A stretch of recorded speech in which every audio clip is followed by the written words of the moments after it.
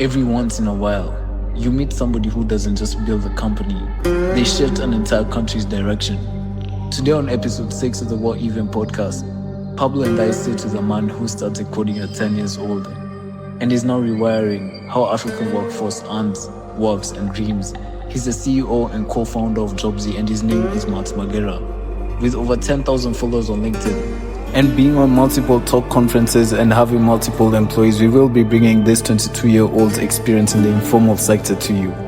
And we're bringing you this conversation from the stunning Golden Tulip here in Nairobi, one of the city's finest spaces for conversations that matter. The energy, the class, the atmosphere. It's a perfect setting for today's episode. Hi, how are you?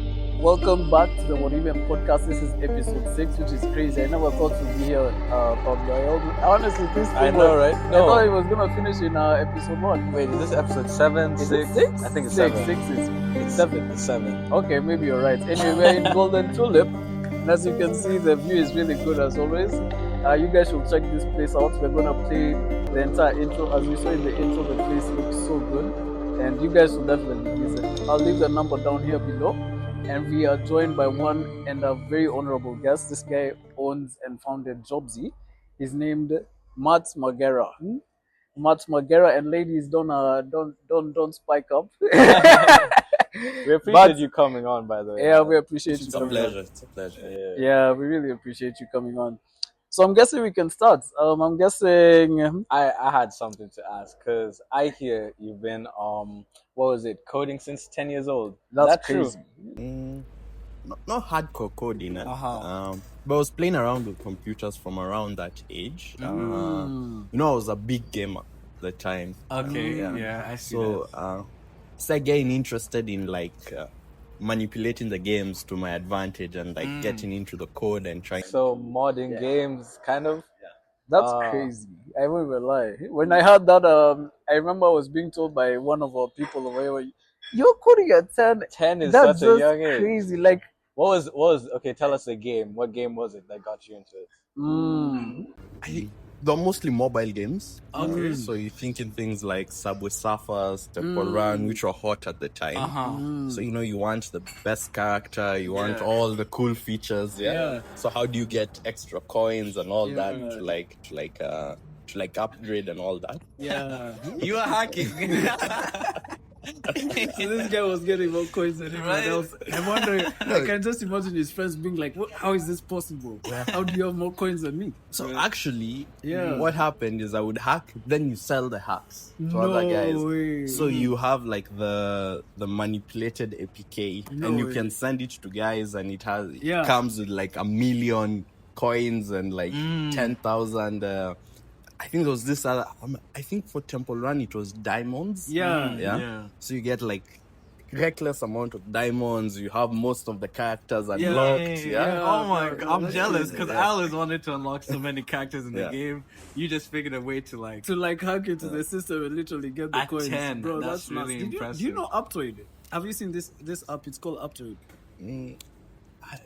Is it an application store? It's an application store. I remember what I used to do is there was this app inside Uptoid which I used to download, and used to automatically hack the games I used to play like Temple Run. Really? And I would get so many coins out of it. But this guy was not even using an app. He was coding into the system. What type of animal are you? The closest I've ever gotten to I guess modding a game or hacking was with my brother, and he would he would hack this game called The Sims. I don't know if you know The Sims. The Sims. This is a PlayStation game. I think it was a PlayStation PC game, but it's just a real life simulator. It's like GTA, but less violent. You get me? Anyways, he used to hack that. But that's so sick, man. Did your parents what do they think of your you being so technological at such a young age? I don't think there was so much into it. It was just my own thing, and I was very quiet about it. I remember they used to hide their phone away from me because I would keep it for hours. The mobile game. So I needed a phone, and at that time, smartphones were pretty new, and it's only your parents who had them. So you take and cling on to your play for hours. Actually, I can now see. I think realistically, like our generation, especially Gen Z, it's like we're all very technological because of it's like we've all grown up in some sort of same way. Yeah, it's true. Do you have siblings? Yeah, I have one younger sister. Okay, But she was very small at the time. She isn't as tech savvy as you. I don't think so. I don't think so. So your parents... She's more more of a bookworm and doing well in school. And so you will say you're the most tech guy in your family? Yeah. Oh, okay. And I'm guessing business too. You business guy.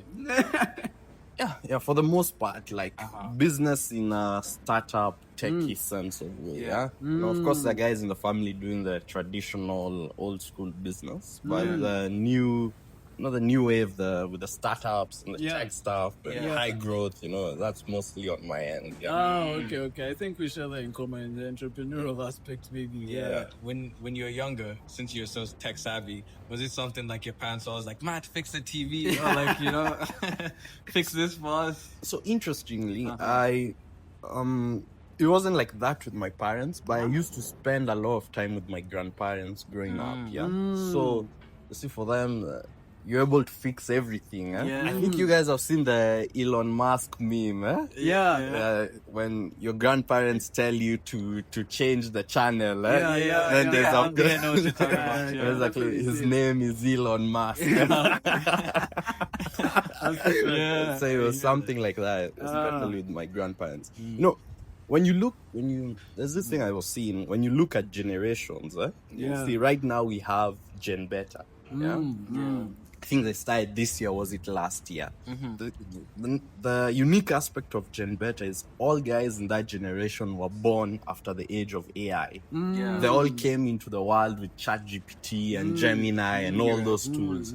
Their life will be built on top of AI. Literally. If you go to the generation before, Gen Alpha were born when there were smartphones already. The iPhone had launched. Every household had a smartphone. Most of them grew up playing with tablets and all those things.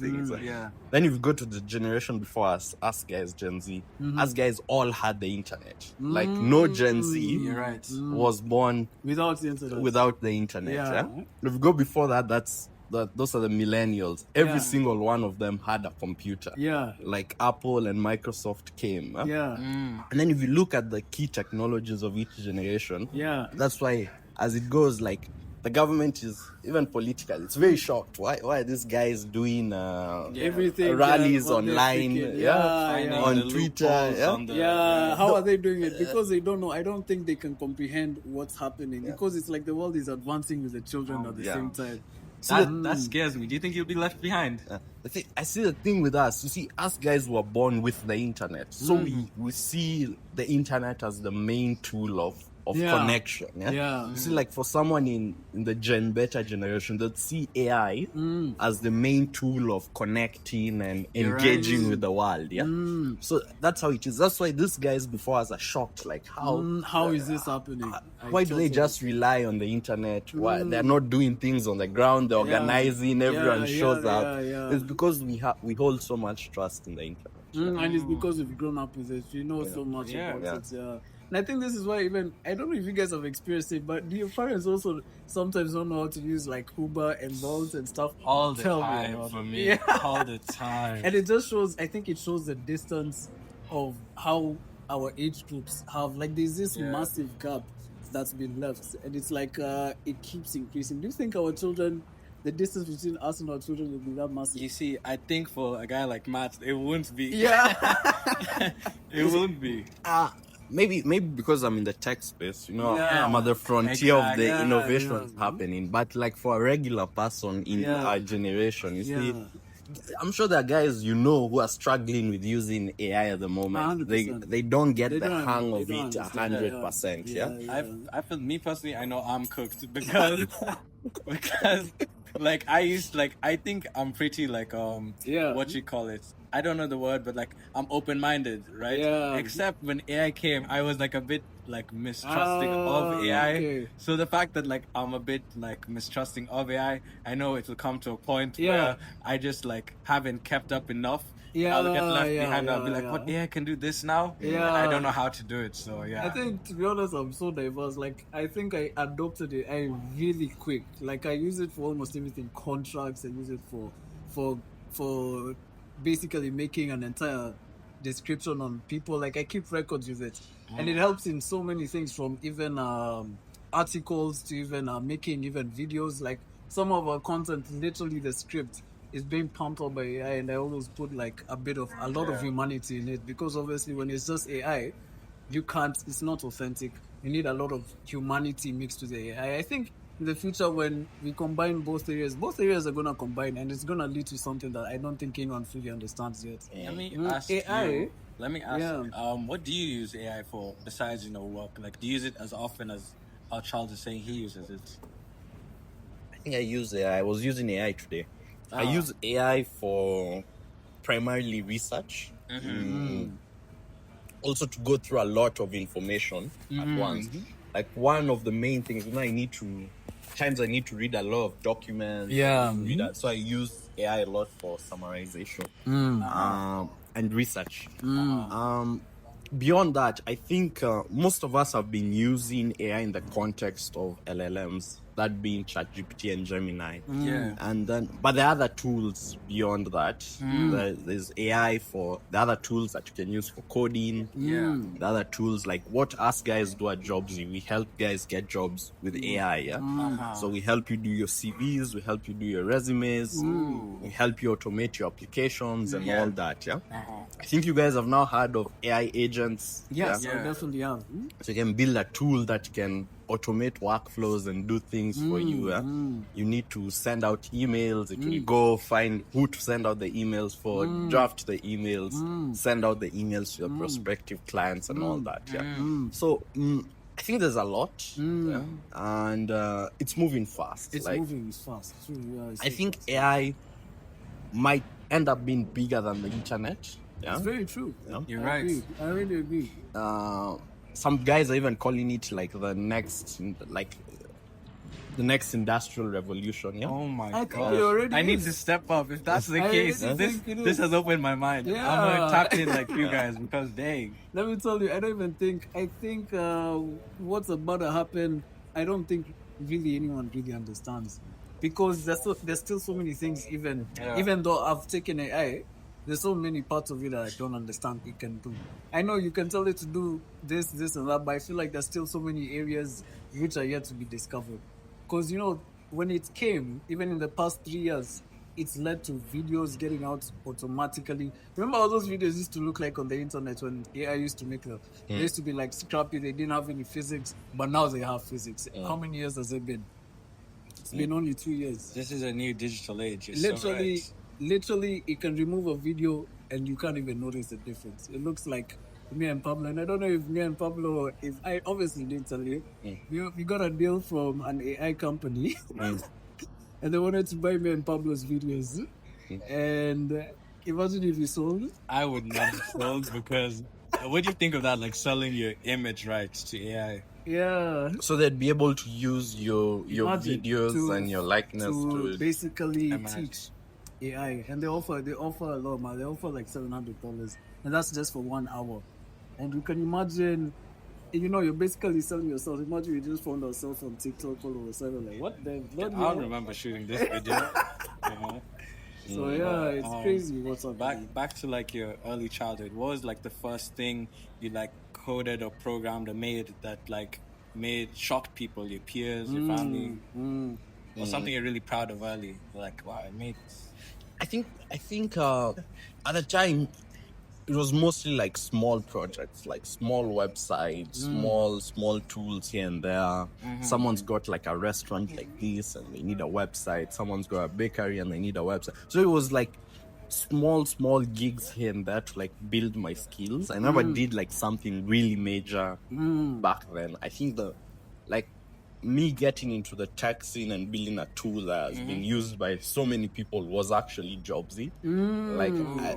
Because I tell guys, like, Jobzy was me, like, learning everything from scratch. Like, how to do business, how to do tech, like, proper tech that is being used by tech that can scale. You see, when you're building a website and you're building the small tools, it's to be used by a niche audience, the guys who'd come here. But when you're building those kinds of tech products, like to help guys all across Kenya get jobs, you're thinking about scaling, how can I build this to be optimal for hundreds, thousands, millions of people to use. How do I grow this? How do I reach these people? How do I push it to these audiences? So most of that learning was with the organization. And let me tell you, you've done some impressive stuff for your age. How old are you again? Now 22. 22. And when did you start Jobzy, bro? Idea came when I was around 16. That's crazy. Yeah. Then we launched. That's crazy. That's crazy. I'll give it to you, man. 16 is when the idea came. And you launched it when you were how old? Launched it when I was 17. Okay, so it's been operating for... I think it's 5 years. 5 years now. 5 years now. I checked it out. It's pretty sick. It's solid. Yeah. It's very solid. Very impressive. That was made with AI too. Or to just pure you. I don't think AI was out at that time. AI wasn't out. Okay, dang. I'm super more impressed. That's sick. But we have two products currently. There's Jobzy itself and Talanta. So Jobzy was the initial idea when we were 15, 16, put it together, launched the next year, raised money the next year. The goal was for it was to link informal workers with clientele. So at the time, Uber and the likes were big platforms. Uber was just entering the market, so we were thinking, why don't we do an Uber for everything? You need a cleaner, you need a mechanic, you need some form of service. Why don't we build a platform that can automate that? So that was Jobzy initially. Then when AI got hot, this was around 2022, 23. That's when we do Talanta. The goal with Talanta was to now, we were mostly focused on informal work, and not everyone wants to be a cleaner mechanic. So it gets, when the name of your company is Jobzy, everyone is reaching out to you, help me get a job. So I had this huge pool of people. That's crazy. I'll give it to you, man. I had this huge pool of people who are always in my inbox. Matt, help me get a job, and I don't have jobs for them. So the conversation with my partner back then was, how do we use the best technology today to build a platform that can help this large pool of guys get jobs. And that's when Talanta was born. So Talanta was built on existing LLMs. We primarily use ChatGPT. So we're not built with AI, we're built on AI. So we take APIs from OpenAI and use it to help guys with their resumes, cover letters, and also to automate their job application. I remember you also said you can also get the entire history of a person. Yeah, so we have two sides to the platform. On one end, we are helping guys get jobs. On the other end, we're helping guys recruit. So we have tools as well for recruiters to send out when they have open job positions, guys can apply, and then also shortlisting and vetting those candidates. Think background checks, think assessments, think coding tests, and the like. I see. So what was your biggest failure as a teenager? That maybe even pushed you to maybe even realize what Jobzy was, or what exactly is it?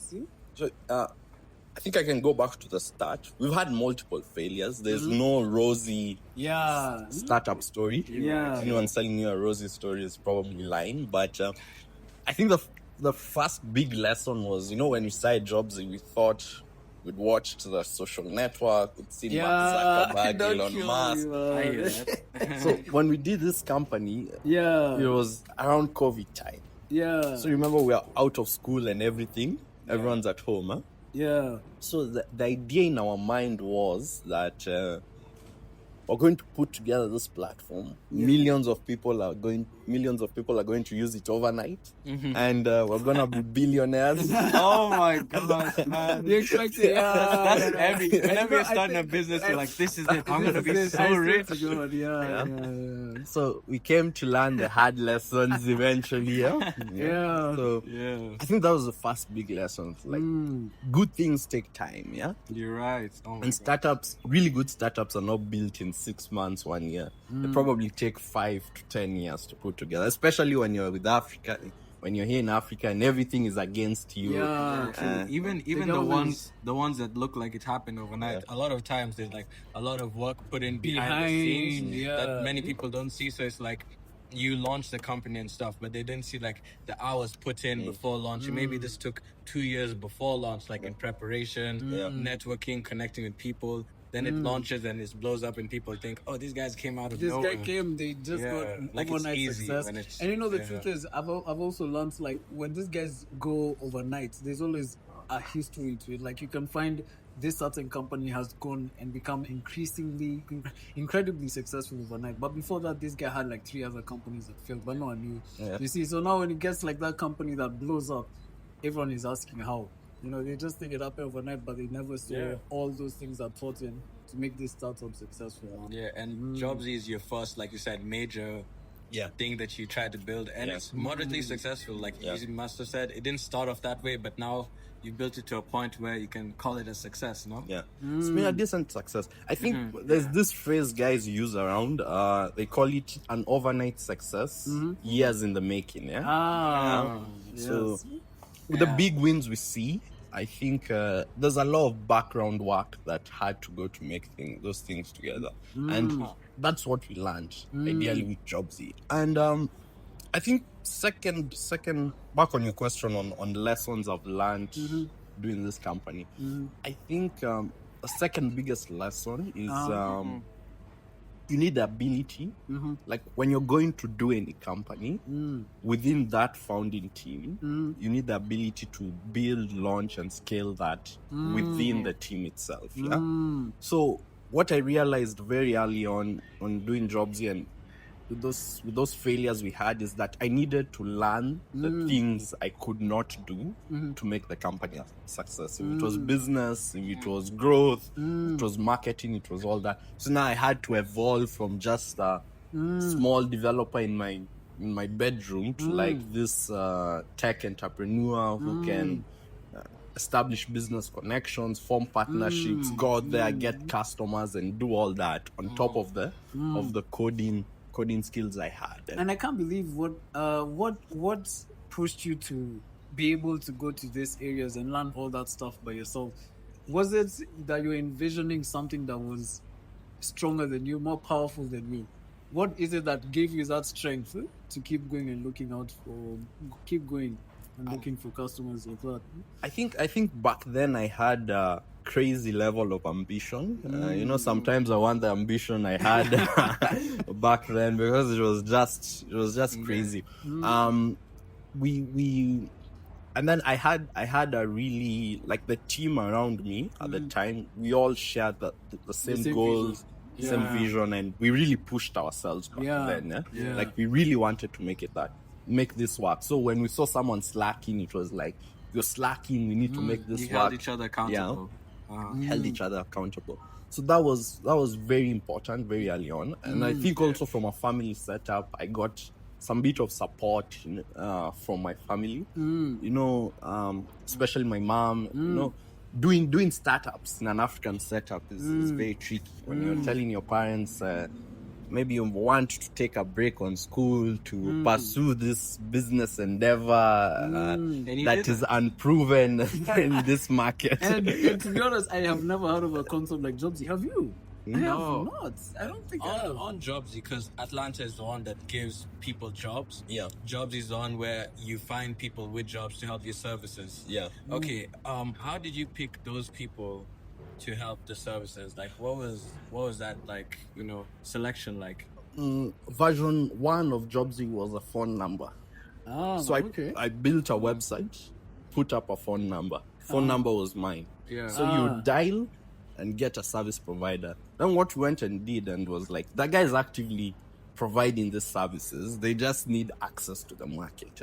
If you tell a guy, hey, I want to put you on this list, and whenever someone comes and requests a client, I'll give you a phone call and connect you. Just give me a cut. Okay. So that's what we did. We went out scouting. We picked certain areas to work with. So we found some, if it was fundis within this area. If it was cleaners within this area. Then we do all that in our website. We offer services in maybe Westlands, in maybe Kitengela, in maybe Kasarani and the likes. And these are the service providers we have this place. So you just dial us, we'll send someone to you. Then it slowly evolved from that, picking calls all the time as one person became difficult. So we switched to more of a WhatsApp model. Yeah. And then eventually we built now the fully fledged platform. So you built an app basically for people without connection degrees, and basically people who in Kenya basically are struggling. What do you think the real problem is when it comes to the informal sector? I tell guys, when you look at the job situation, I'd say even across the world, but even in Kenya, in Africa, when you talk to job seekers, they're really struggling to find jobs. Like jobs are hard to come by for them. But when you talk to recruiters, the challenge is they can't find the right people for the roles they're trying to fill. So there's like a very funny mismatch between the two sides. And what you realize is maybe the skills people have, like the knowledge they have, is not exactly what recruiters are looking for. So I think one of the main ways we could tackle this job problem is by trying to move up our job seekers, like elevate their skills to meet the demand, or rather what recruiters are looking for. And to some extent, that's what we do at Talanta. Like sometimes you miss a job not because you're not qualified, but you didn't represent yourself in the right way. And how do you represent or present yourself when you're looking for a job? That's your CV. That's your cover letter. That's the qualifications you list. That's the relevancy they have for that specific role. And if you're unable to effectively communicate that and present that to a recruiter, you miss the opportunity. And it goes beyond even down to the interview. If you don't say the right things, we are unable to communicate and like air out yourself, you lose the opportunity compared to somebody who just speaks better than you, more fluently than you. Of course, in Kenya, we have the other issues like corruption and nepotism, all that. Like someone's given this job. I have this second cousin of mine, right? He's been trying to look for a job, like he's kind of like my height. Funny enough, his name is also close to mine, but it's not me though. It's not me, but yeah, like he's been trying to look for a job. Preferably like a 6-figure job. If you find something like that, just let me know. Let him know. Okay, good. I'm just checking. But on a serious note, what's with Atlanta, right? Is there a story that sticks out to you, like someone you feel like you've helped a lot? Like, because you said you get emails of people being like, Matt, help me find a job, all of this stuff. What's one of them like that stuck out to you and you actually feel like, oh, I've made such an impact on this person's life? Somebody who even emotionally, like, you're like, wow, I actually like did something here. Like, do you have a story of one of them who just shocked you? I think there's this lady, I even talked to her to date. She had been looking for a job for like over a year. Like she's really trying. Then she inboxed me and told me, Matt, here's a list of all the companies I've applied for and they all rejected me. What? I found it very tough, rather very depressing that you'd keep a list of all of every single thing that has rejected. Now when you it's like how that you mentioned. Was it like a really long list too? Yeah, it was, I think I remember seeing like 15 companies there. Wait, she literally had them on a paper? No, she gave me applied for a job at Microsoft. She was looking for a tech role. No. I've applied at Oracle and the likes. All these companies, they've rejected me. What's the problem? Please look at my CV. Please do this. Please do this. Eventually, she did get a job. After like a month of me engaging with her. For her, I tried to take some bit more of initiative because when guys reach out to me directly, know that the recruiters would come to me directly and say, I'm trying to fill in this role. So I referred her for a position and she was able to get something. And these days we keep in touch. She's happy. She's enjoying the job. But she had gotten to a point where she was really depressed because you know what happens when you don't get this opportunity, you feel like you're maybe unworthy or unqualified. Yeah. So I try to take a step where I can, like refer someone for a job. I think another interesting one was one recently. This was more of a senior level position. It was a guy in the media industry. So he works for one of the top three media stations locally, and he was trying to branch out to an international group. You know, the way guys jump from like Citizen to CNN and actually outside of that. Yeah. So he was trying to do that, and he tried applying, and his work is really good. Yeah. And he had tried applying, and he tells me, Matt, I'm not even getting interviews, and my work is so good. Yeah. So we sat down with him, we tried to go through his CV and everything, and last time I talked to him, he got an interview for the job he's applying for. I think he went for it sometime end of last month. Yeah. So, but I should reach out and ask him how it went. Yeah. But those are some of the things, like, that's just so beautiful, man. I won't lie, like, I can imagine how some people, because I know I've met some people when I was working also. I used to get so many job offers. Do you know Business Suits? On the app, I used to see hundreds, like, people asking for jobs. And you know, for me, it really scared me, because like I started to really realize a lot about the world even when I was seeing this stuff, because I'm like, over in Kenya there are no jobs and people are struggling. So the fact that you're even doing something to help these people is massive, because like, I can imagine some of them, the depression and the things they're going through. Some of them have families. Like, can you imagine, man? Yeah, like Matt said, there is jobs. It's just that disconnect between the people hiring and the people looking for jobs. And I guess that's what you're trying to bridge, is that disconnect. Yeah. I think beyond even just the disconnect, I think still more work needs to be done creating the actual job opportunities, because there's a lack to some extent. So what you realize, that's why there's even been a lot of unrest in the country recently. Is because there is also, beyond just the disconnect, there's a lack in terms of creation of these opportunities. We've seen the scenario where businesses are leaving the country due to high taxation, due to the tough policies and the likes. And what this does is, like, it takes strain on people. You know, these were guys who are fending for their families, supporting their children's education and doing all this, and they've lost jobs. So I think beyond just that much, we still need more. We still need more people coming up, doing businesses, employing people. We still need better policies in terms of, like, taxation and all that. And it's so true, because even now I'm even hearing the UN is coming. I don't know if you've heard that, and we don't even know how this is even going to affect the entire economy. The entire Nairobi is actually about a spike in terms of living costs because of this. Yeah, so I'm an athlete, and in my field, in football, right, there's, like, as much as there's the job opportunity there, like, you can get teams and whatever, the only issue is the payment in them teams.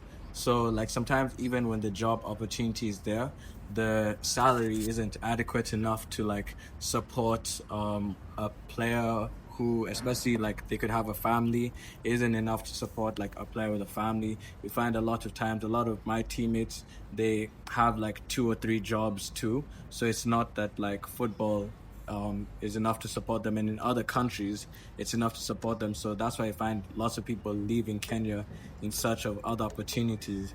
And I know you've seen the thing that Ruto said that he would pay each player 1 million for every game they won. Like, do you think he's actually gonna, commit to that?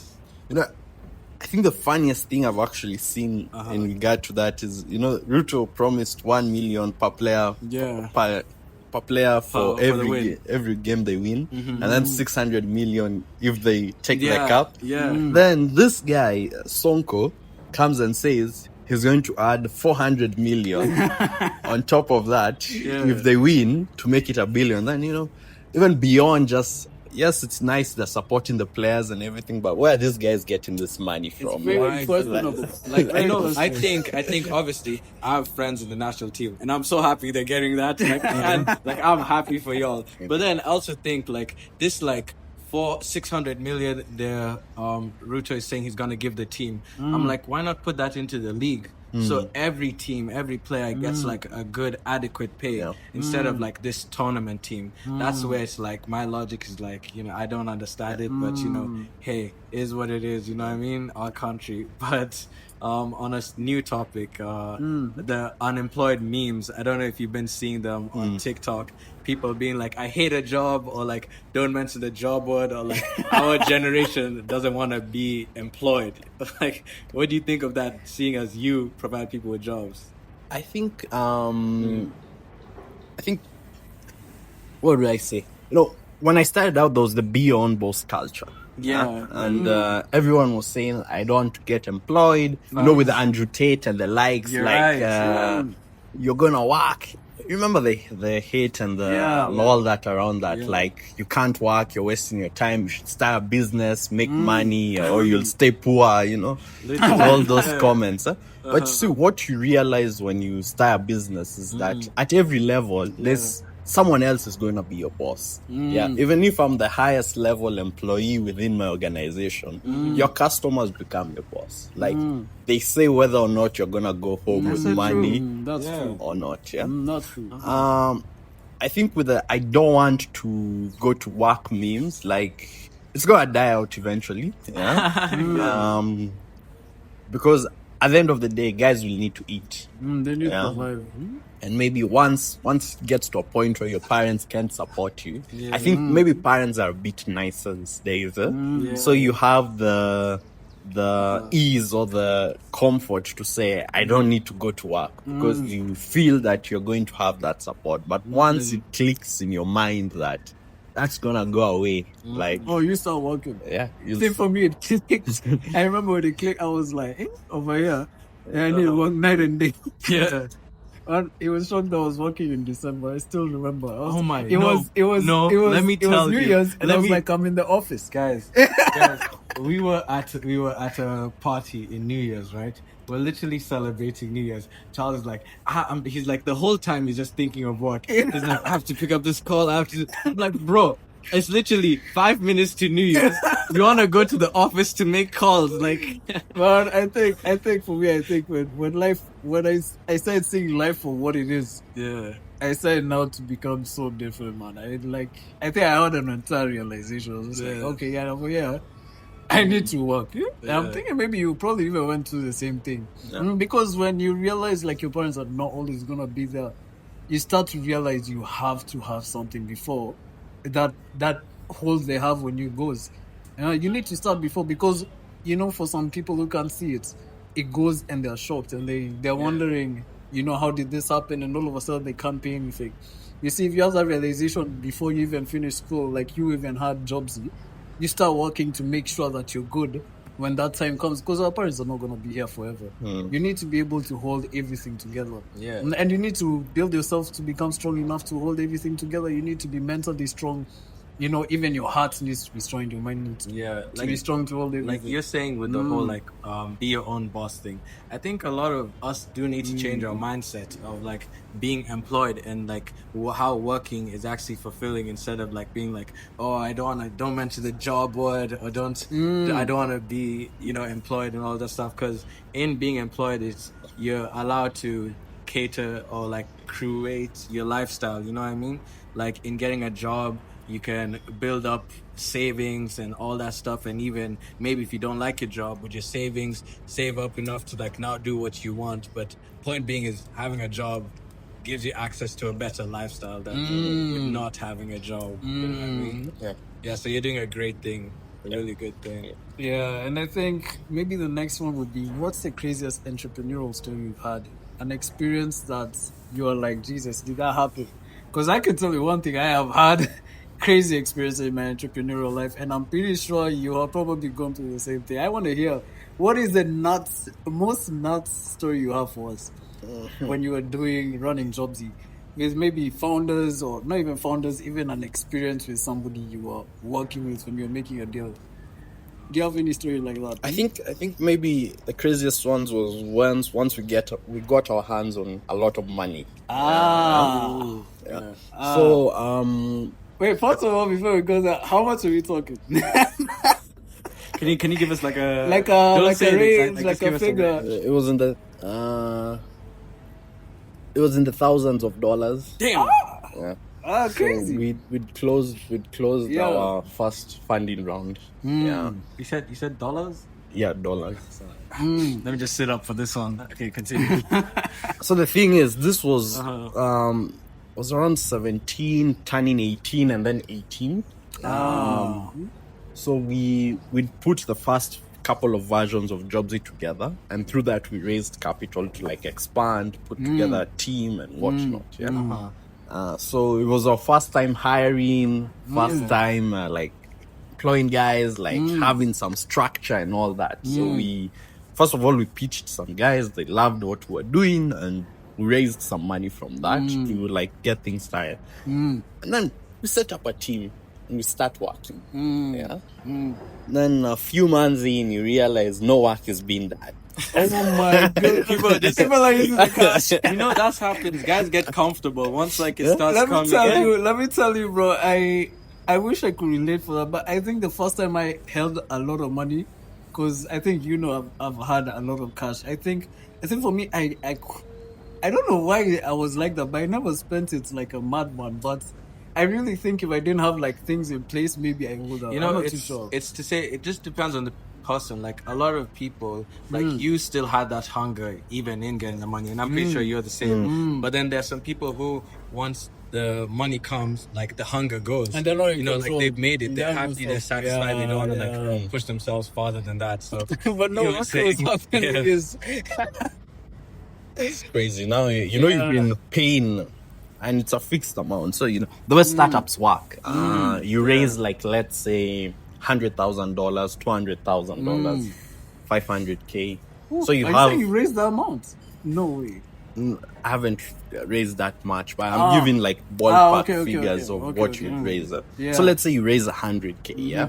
So you break that down in maybe typically in the African setup, you would do your next funding round in 12 to 24 months. Yeah? So if you raise 100K today, you're planning that money for 12 to the next 24 months. Most common is around 18 before you raise again. And the expectation is by the time you reach that next funding round, let's say you had 10,000 users, you've grown that to 100,000, maybe a million. You're doing maybe 10K in revenue a month. You've grown that to 100K, maybe 200K a month when you're going into your next funding round. So the money is there for you to scale, to like do marketing, put together a strong team and whatnot. And then you divide it into months. So you have 100K over 18 months, you're probably going to spend around maybe $5,000-$6,000-$8,000 a month. So you have that money living, going to payroll, going to marketing and all that. Exactly. But guys are not doing any work. Like you hired guys to do tech. Yeah. 3 months in, you realize that you have a lot of code that does nothing. My God. And the man. likes. Yeah. So then that what that did for me, it really taught me about systems and like supervision. Back then you're just 18, you've never been hired, you've never worked in a company. You're very optimistic. You feel everyone shares your vision, everyone wants to achieve what you want to achieve. But that's usually not the case. Some people are, for them money is a means to the end. Maybe for you Jobzy, or maybe for me Jobzy was turn this into a successful company. For them, but for them money is the means to the end. I buy a car, I buy this, I'm good. So when they get the money, they're happy. And that really taught me that you need to have good systems in place and layers and systems in place and multiple points to detect failure. Like you need to have, like, if you have a tech team, you need to do stand-ups, you need to do constant code reviews, you need to constantly assess progress. Don't just take people's word for They're it. doing the work. If you're doing marketing, you need to measure, like, I've put this amount of money Into the marketing, in ads and whatnot. Like, what outcome did I get from this? Like, how many sales did I make? How many users did I gain from this? And all that. Like, data is key. Constant reevaluation and just checking up. Okay, I hear that. That's you learn that in business, like the chain of command too, because as the business grows, it's harder to keep track of the employees. So it's good to have like a good trusting change of command and always like check up, oh, has this person done this and that? They check up, have that person done this and that? So yeah, what you're saying is the keys to a successful business. I think when your business is very early on, what usually happens is you're doing all the work. So you're doing the marketing, you're doing the coding, you're doing all that. Yeah. I have to ask, did you experience burnouts at any point? I think always those low moments where you're putting in a lot of work, but things are not working out. It happens multiple times, especially if you're hardcore individual, like you've tried and tried and tried, and always those low moments. I've experienced it, and sometimes the best thing is usually to just move back a bit, like breathe, explore other things, talk to new people, try to reevaluate what you're doing, and then come back to it. There's that Einstein quote: "Doing the same thing over and over again is the definition of insanity." Okay, I think the thing that maybe you might be the best to answer. Do you think AI is gonna create a bigger gap with normal people, or it's gonna bring a smaller gap?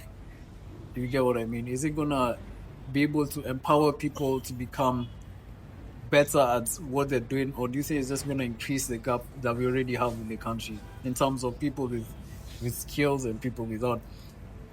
I think the two things I see in terms of AI, there's if you look at some thought leaders in the space and some big entrepreneurs like Elon, they feel like we should have like a universal basic payment, and I saw that's so true. They were saying that should fix the problem.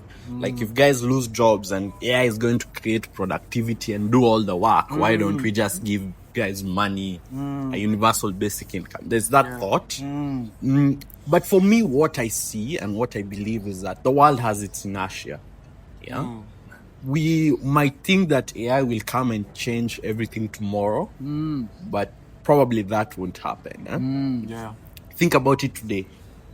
Today when you're out there, guys, the businesses you're still telling, hey, you need to adopt, you need to think of the internet. You need to find ways where you can utilize technology to improve your processes and whatnot. The guys were still doing things manually. And the internet has been around since the 90s. That's very true. So the world has its inertia. Like things take time before businesses like this and others out there adopt AI into their systems and into their workflows and processes. It's gonna take time. And I think during that time, during that period, we'd learn more about this technology, what it can and cannot do, and the world would be able to adapt. So I'm not too worried about AI. I always believe with every new technology, yes, the jobs are gonna be lost, but that the jobs are gonna be created. At the same time, there's always a give and a pull. There's always an insult and an outcome out of it. And so regardless, I think even also, if I was to answer your question, I think at the end of the day, it really just depends on the type of person you are. If you will look at AI as an opportunity or as something that's taking away your opportunity, because the way you guys are using it is as an opportunity, so it's providing you guys with more stuff, more jobs, and it's benefiting y'all. And the way I've been viewing it is like the AI is taking over. All of this AI is bad. Let's go back to the old days when it was just Wi-Fi. I didn't think I would turn into an old head, but turns out I've turned into. You know what I read the other day? I read apparently when papers were introduced, they were introduced by China. I read something like that. So when China brought in papers into the world, apparently the Greeks, I'm not sure if it was the Romans or the Greeks, it was one of them, I believe. They said that people are gonna get dumber. Imagine with papers, because of papers and writing knowledge. Because those days before papers, they used to like have everything in the I head. swear papers have so apparently, hasn't it been like scrolls? Like which? Before that, they were using, I think it was stone. Stone is what they were writing on. But papers is now that led to that increase and skyrockets in people storing knowledge in libraries and on paper and everything. Apparently, the Romans were thinking it's gonna make guys dumber.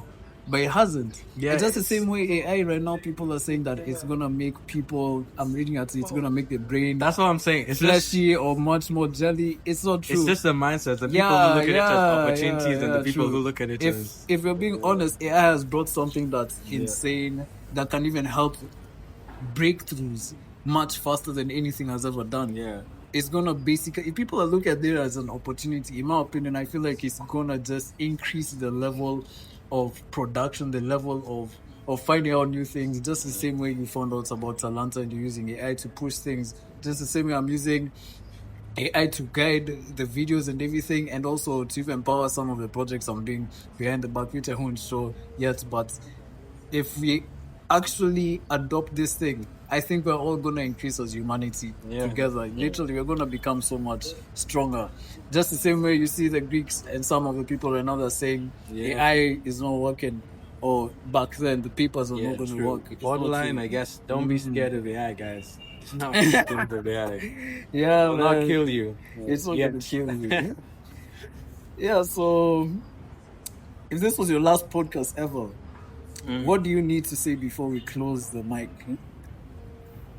That's an interesting one. This was my Last podcast ever. last one. I think now I'm still growth oriented for like my company. So I definitely tell guys out here to use our platform. Use the platform, and actually we're gonna do a small roll up on the platform in the video. I think we should do that. Apply for jobs, guys. Yeah, apply for jobs. We're gonna show Jobzy. We're gonna show Jobzy now. Yeah. So we're gonna play. We're gonna go and Talanta. Yeah. You can watch it. We can do a clap and then he plays it.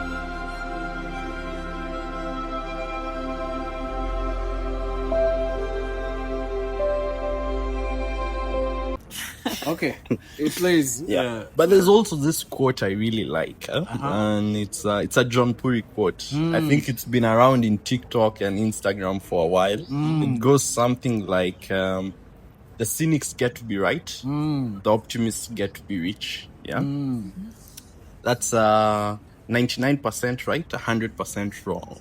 And what the quote means is that the cynics are like your traditionalists, the guys who believe in processes and the old way of doing things. At the end of the day, they're mostly right. They're mostly right. But the optimists are the guys who get rich, get rich, because at the end of the day, it's that 1%. Yeah, that 1% chance that is the determinant of whether you'll make it or you won't make it. And when you don't try these things, when you don't go out there, make attempts fail, you never get that opportunity to see what could be. Yeah, it could be. Very true. Very true. Yeah. I love that answer. Very profound closing words. I love it. So, what advice would you give to a 17-year-old in Mathare right now with no paper, no laptop, just a phone and Wi-Fi? That's all you need. That's strong. That's all you need. I mean, a phone and Wi-Fi can do a lot, bro. Good or bad. It's, Yeah, literally. I even think I read the other day somebody was saying that if you're not rich today, whereby you can just type on a laptop, the problem is definitely not the world. It's most probably you. So, with just a phone and an internet connection, you can reach anyone in the world. You can communicate, reach out, push content. If you're into the media field, you can collaborate, you can start a business, get customers, all within your mobile phone. So like the power in this, in a smartphone, is just immense in today's world. And I think with the tools we have today, we have so much more access, so much more power than guys actually acknowledge. Like the things you can do with what you have now, being anywhere in the world, that would open a lot of doors for you. And now to break off to the last question. What would you like people to remember you if Jobzy disappeared today?